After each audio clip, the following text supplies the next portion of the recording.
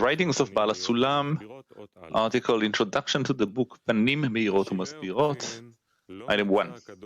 It is written at the end of the Oktzin, the final treatise in the Mishnah, the Creator did not find a vessel that holds a blessing for Israel, but peace. As it is written, the Lord will give strength unto his people, the Lord will bless his people with peace. There is a lot to learn here. First, how did they prove that nothing is better for Israel than peace? Second, the text explicitly states that peace is the blessing itself, as it is written, giving in strength and blessing in peace. According to them, it should have stated giving in peace. Third, why was this phrase written for the conclusion of the Mishnah? Also, we need to understand the meaning of the words peace, strength, and what they mean.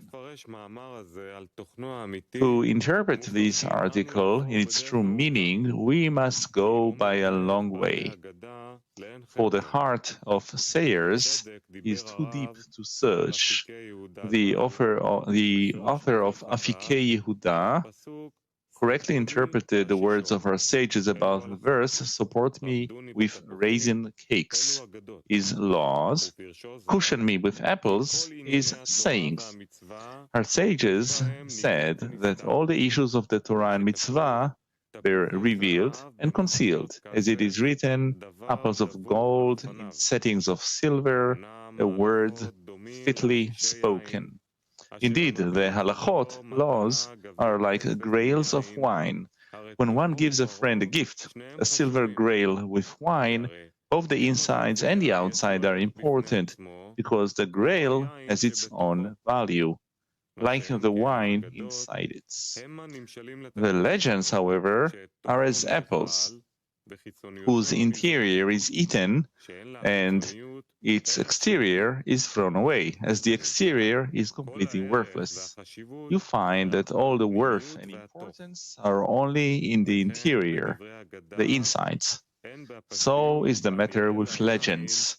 The apparent superficiality seems meaningless and worthless.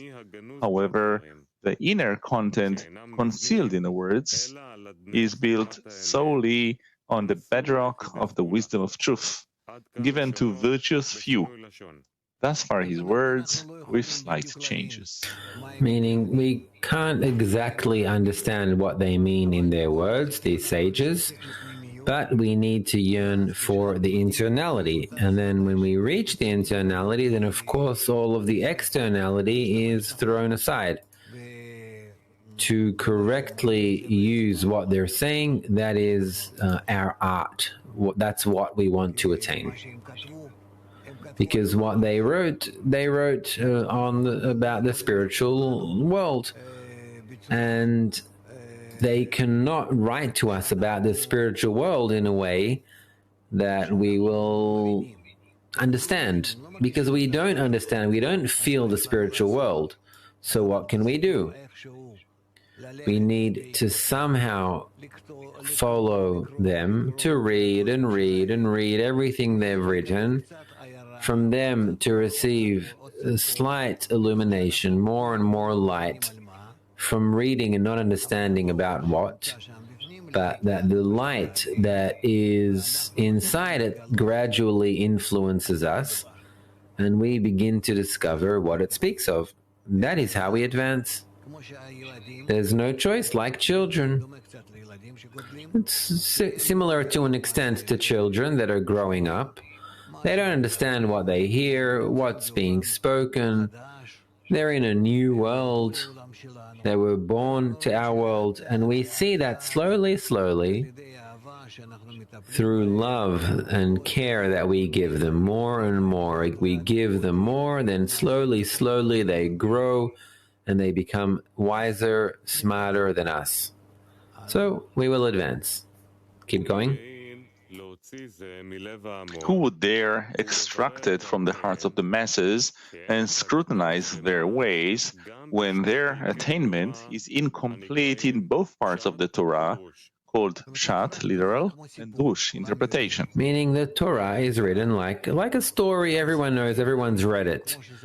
So if we read it just like it's written, then we can't find a lot there. Maybe stories or behavior, but that's not what the sages of the Torah meant.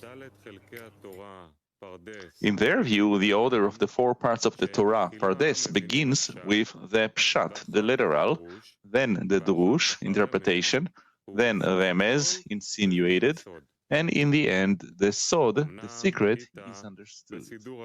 However, it is written in the Vilna Gaon prayer book that the attainment begins with the Sod, the secret. After the Sod part of the Torah is attained, it is possible to attain the Drush, interpretation, and then the Remez, the hint. When one is granted complete knowledge of these 3 parts of the Torah, one is awarded the attainment of the Pshat, the literal of the Torah. It is written in Masechet Ta'anit, if one is rewarded, it becomes a potion of life to him. If he is not rewarded, it becomes a potion of death. Great merit is required in order for us to understand the Pshat of the texts, since first we must attain the 3 parts of the internality of the Torah, which the Pshat, the literal, clothes in, and the Pshat will not be parsed, taken off. And if one has not yet been rewarded with it, one needs great mercy, so it will not become a potion of death. It is the opposite of the argument of those who are negligent in attaining the internality, who say to themselves, we settled for attaining the Pshat. If we attain that, we will be content. Their words can be compared to one who wishes to step on the 4th step without first stepping on the first 3 steps, 3 degrees. Meaning, what does he want to say to us? He wants to say that usually we teach our children Pshat, Remez, Drush, Sod. Pshat, Remez, Drush, Sod. We start teaching the Pshat, the literal, and then we go all the way to the Sod, to the secret. So what he's saying is that the Torah is actually studied differently. If we want to reveal the Torah, then we need to start learning it, that we start off with a Sod, with a secret, because everything we learn, we don't understand what's written. It's all Sod, it's all a secret.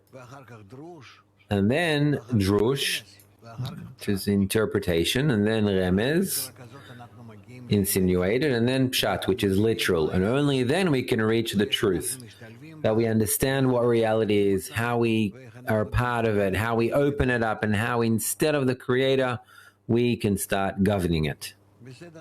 Okay?